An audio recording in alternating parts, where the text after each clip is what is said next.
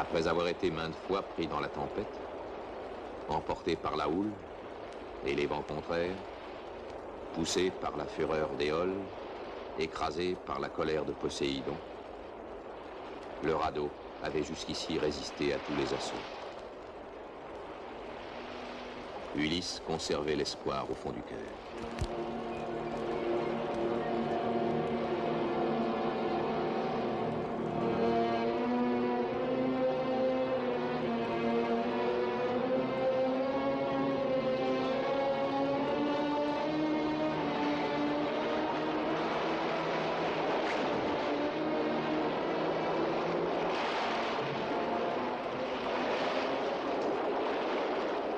Mais la mer, sans relâche, glisse entre les troncs, cherchant à dénouer les cordes qui les lient. Inlassablement, Ulysse les resserre. Parfois, la voile pend, inerte. Parfois, elle vibre et tend le mât à le rompre. Le vent, comme à plaisir, contrarie toutes les manœuvres. C'est une lutte sans fin, la nuit comme le jour. Mais chaque fois, le souvenir d'Ithaque redonne courage à Ulysse, qui veut à toute force retrouver Pénélope et connaître ce fils qu'il n'a jamais vu.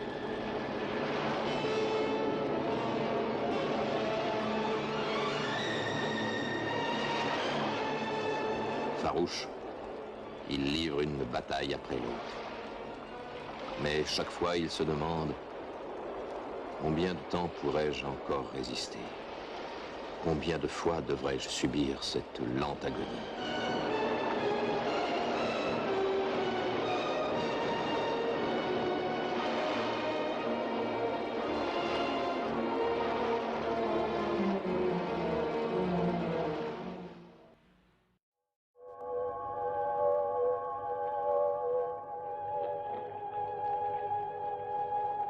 Il y avait 17 jours que le radeau dérivait, à la merci du vent et des courants.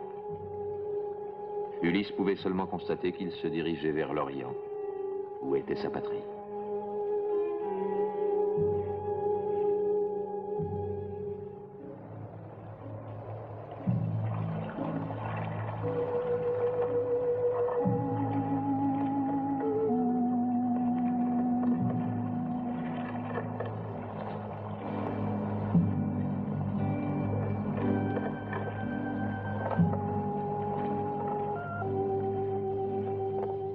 Les premiers jours, il n'avait guère souffert que de la solitude.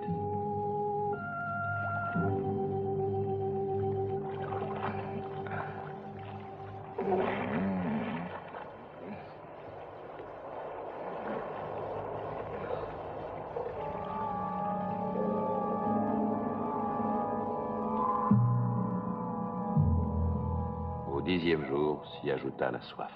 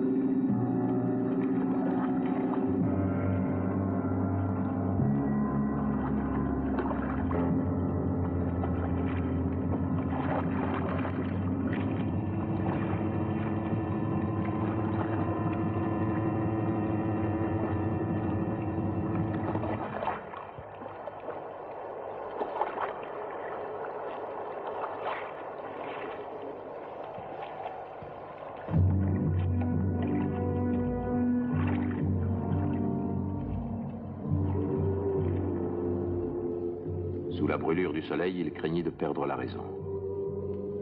Maintenant, tout est fini, pensait-il. Il n'y a plus pour moi que l'abîme de la mort. Heureux ceux qui sont tombés sous les remparts de Troie. Si j'avais péri là-bas, frappé d'un coup de lance, j'aurais eu du moins les honneurs funèbres. Et les Achéens pourraient célébrer mon souvenir. Alors que personne, jamais, ne connaîtra ma fin lamentable.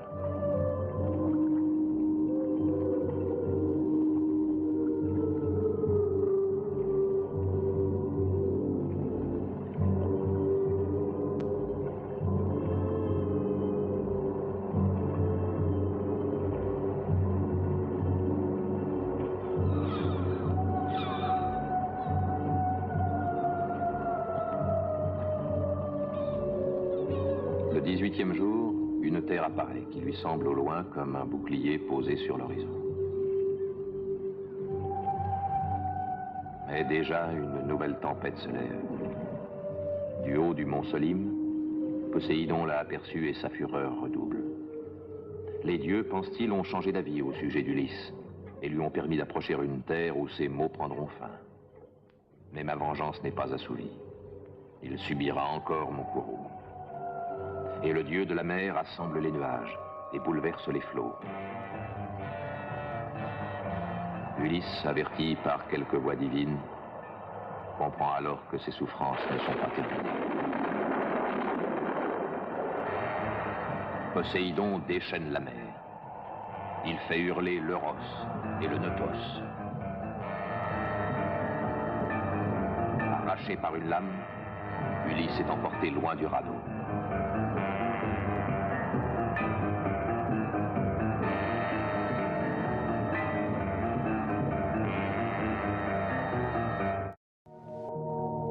Athéna coupe la route au vent.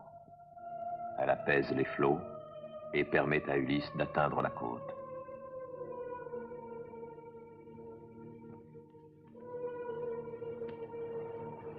Il embrasse la terre.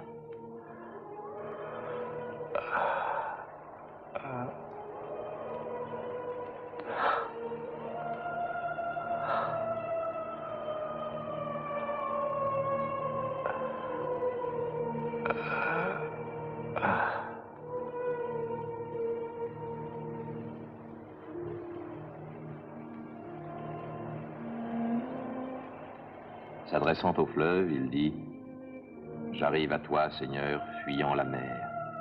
Qui que tu sois, je suis ton débiteur. Prends pitié de moi. »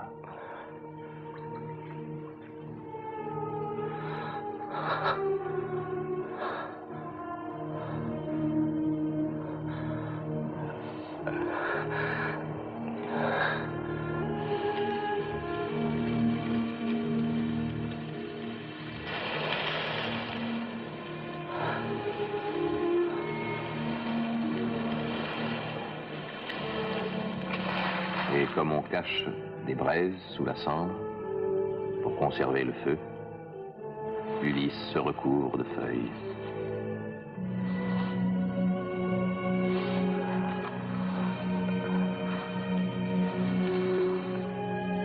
Athéna lui procure un sommeil sans rêve, puis elle gagne la ville afin d'y préparer sa venue. Elle pénètre comme un souffle dans la chambre où dort Nausicaa, la fille d'Alkynos, et entre dans son rêve sous l'apparence d'une amie de la jeune fille.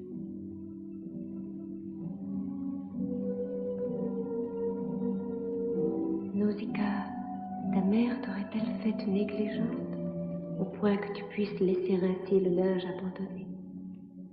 Pense que tes noces approchent.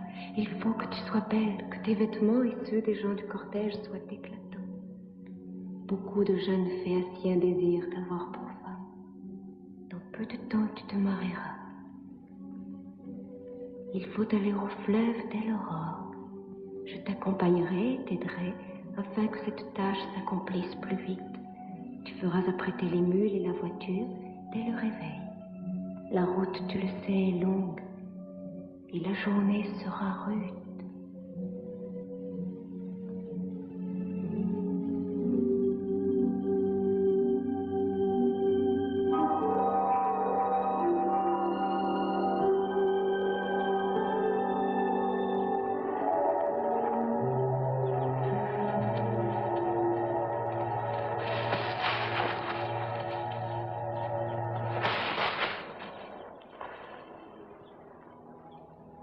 Surgissant des broussailles, hirsutes et salves, Ulysse épouvante les servantes qui s'enfuient.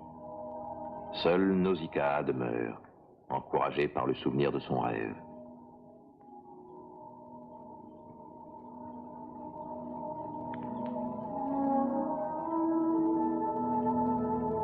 Ulysse ne sait que faire.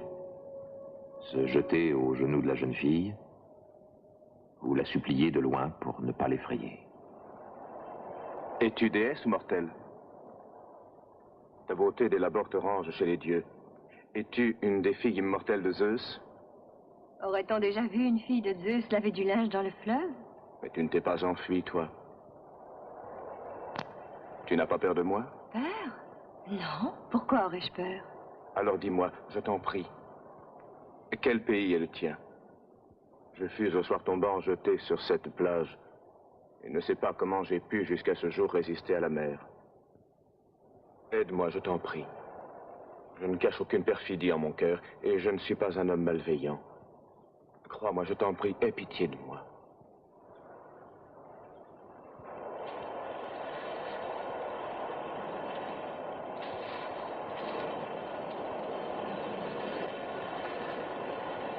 Lave-toi et habille-toi, mes servantes t'aideront. Après s'être lavé et habillé, Ulysse continue à se tenir à l'écart sur la plage. Ce n'est pas contre la volonté des dieux que cet homme a pu venir jusqu'à nous, se dit Nausicaa, et son aspect même ressemble à celui des immortels. Oh, si cela lui plaisait de rester et de vivre parmi nous. 3 fois bienheureux ton père et ta mère, 3 fois bienheureux tes frères. Mais bien plus encore celui qui un jour te conduira dans sa maison.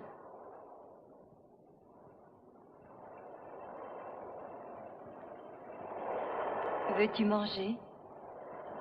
Oui.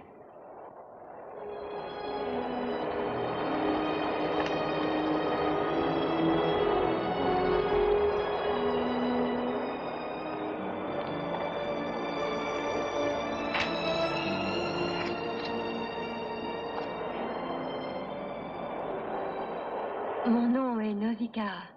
Comment t'appelles-tu?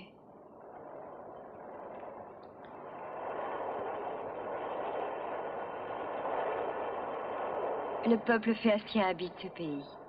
Ne crains rien parmi nous. Je vais te conduire à mon père. Et qui est ton père? Alkinos, roi de ce peuple. Te défies-tu de moi? Non. Allons.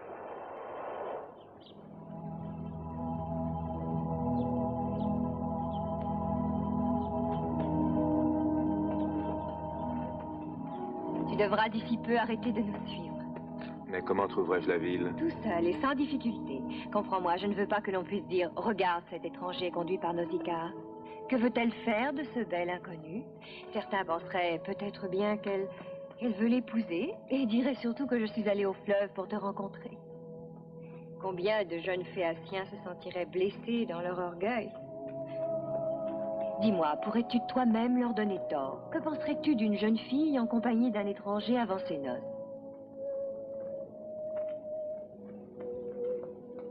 Souviens-toi surtout, en arrivant au palais, c'est ma mère en premier que tu dois implorer.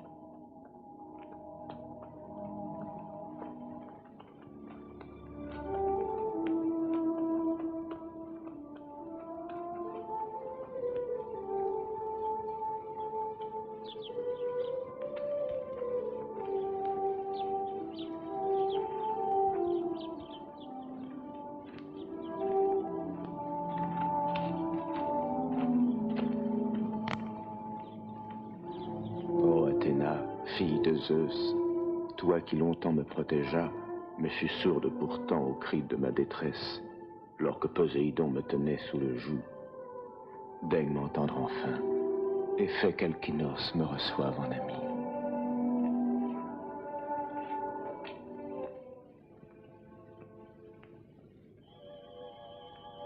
La déesse écoute, sous les traits d'une jeune fille du pays. Mais craignant la colère de Poséidon, elle se contente de murmurer, sans se laisser voir. Va sans t'inquiéter, je guide ton chemin. Ne regarde et surtout ne pose à personne la moindre question avant d'arriver au palais. Te voici arrivé, c'est le palais du roi. Des Phéaciens t'y attendent, car tu as été vu, Ulysse, par beaucoup.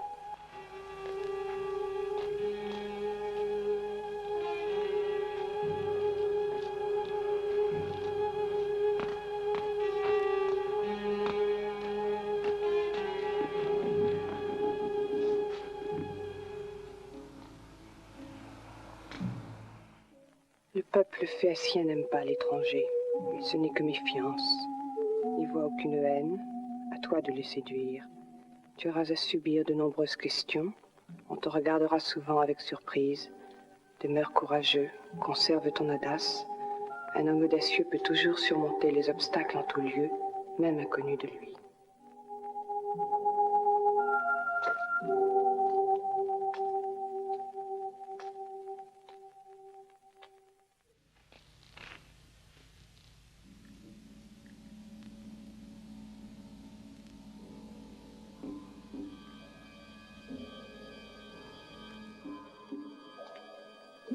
Reine, je t'honore. Je viens à toi sans armes, sans intention hostile, et ne demande que ton hospitalité. Que toi, ton épouse et tes gens puissiez à jamais jouir de la bienveillance des dieux.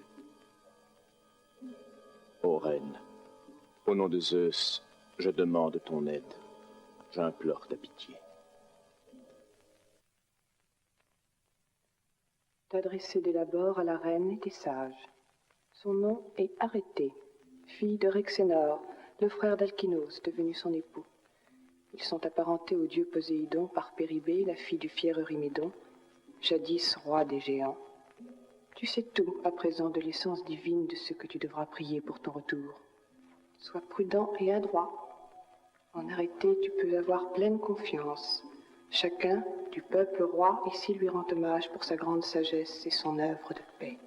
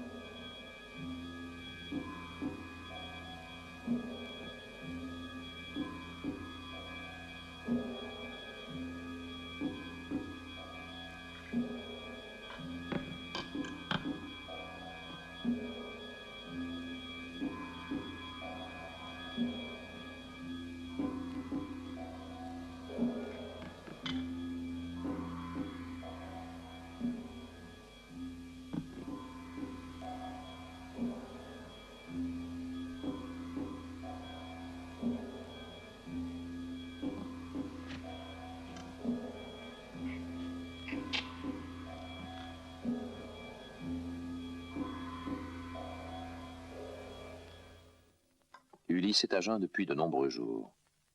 Aussi, mettant à part les craintes de son cœur, il n'a pour le moment souci que de son corps. Et bien qu'il lui déplaise de boire et de manger alors que chacun le regarde, il comprend qu'il lui faut bien se livrer à la curiosité de ses hôtes s'il veut que ceux-ci mesurent sa détresse et apprécient combien il a besoin de leur secours.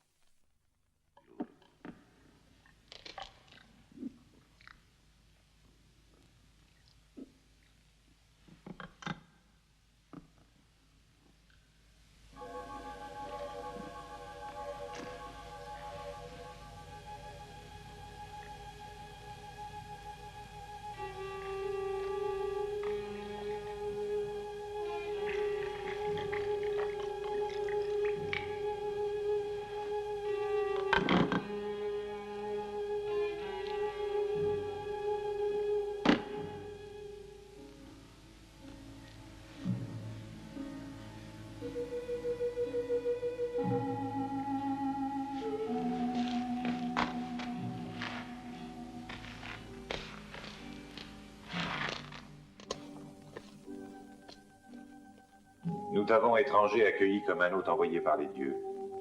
Voudrais-tu à présent nous dire qui tu es, d'où tu viens et comment tu es arrivé jusqu'ici? Je suis simple navigateur, mon pays est lointain. Nombre d'événements et de mésaventures m'ont amené jusqu'à toi. J'entends bien, mais tu ne nous as pas encore dit ton nom. Le nom d'un naufragé. Mais qu'importe le nom de l'homme qui n'a plus de patrie ni de bien. Quel nom voulez-vous que j'aie? Je devine en son cœur dignité et noblesse. Tu es seul, as-tu dit? Oui, reine. Et où as-tu abordé la côte? Hier au couchant sur la plage, près des bouches du fleuve. Mais ton navire et tes compagnons? Je n'ai plus de compagnons ni de navire depuis longtemps. Et tu naviguais tout seul sur cette mer? C'est bien cela. Mais comment? Sur un radeau. 18 jours de voyage.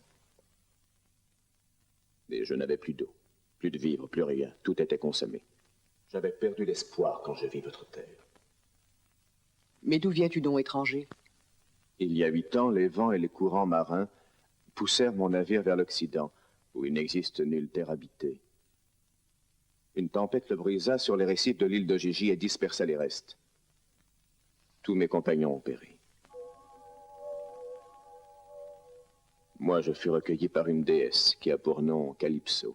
Si je suis encore vivant, c'est grâce aux soins qu'elle me prodigua. Seulement une fois rétablie, malgré mes prières, elle ne voulut plus me laisser partir.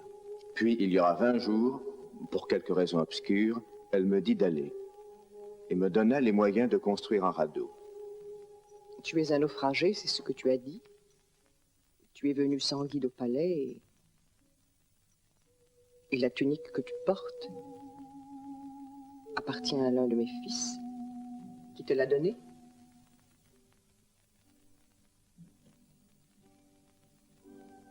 Alors, qui te l'a donnée? Ta fille. Ta fille, rencontrée ce matin, sur la plage, à l'heure où le soleil venait me réveiller. Elle fut la première à me prendre en pitié.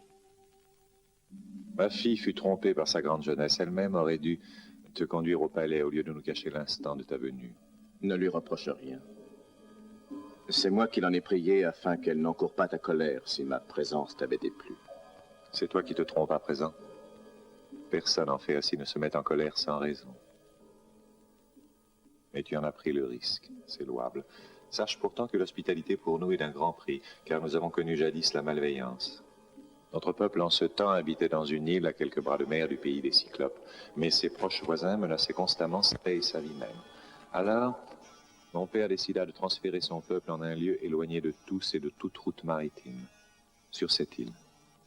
Mais est-ce bien une île? Tu ne le seras jamais, étranger. Nous avons appelé cette terre chérie, mais nous n'avons pas donné aux sources, aux fleuves, aux montagnes, des noms qu'un voyageur peut indiquer à quelque autre. L'isolement que nous avons choisi est la rançon de notre paix. Le prix peut en paraître élevé, mais la paix n'a pas de prix. À présent, tu comprends pourquoi nous n'aimons pas qu'un étranger arrive ainsi à l'improviste.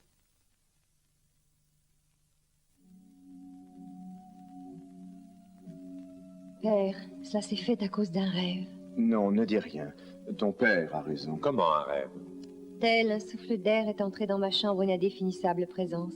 Et puis tout près de mon lit, j'ai entendu la voix de mon amie, la fille de Dinas, le grand armateur. Elle disait, Nausicaa, serais-tu négligente au point de laisser ton linge en cet état? Nous partirons dès demain matin et nous le laverons dans le fleuve. Et alors ce matin, je suis allée au fleuve. C'est là que j'ai rencontré l'étranger. Mais as-tu déjà rêvé ainsi? Jamais, non.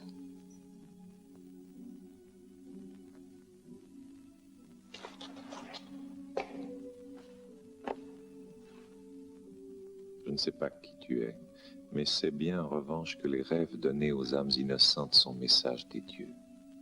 Un Dieu te protège et veut que parmi nous, tu sois le bienvenu.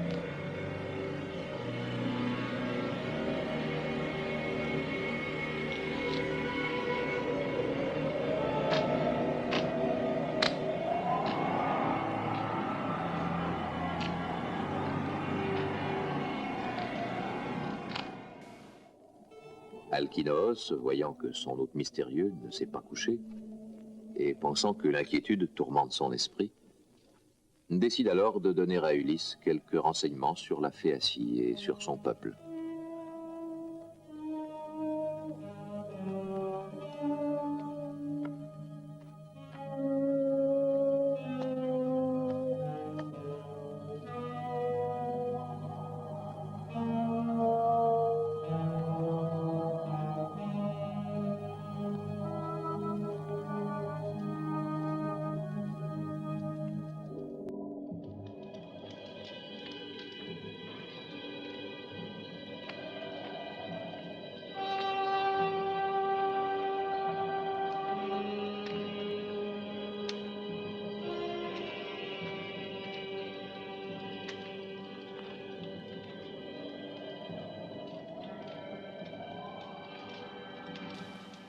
Tu ne dors pas, je vois. N'es-tu pas fatigué? Te reposer pourtant semblerait sage.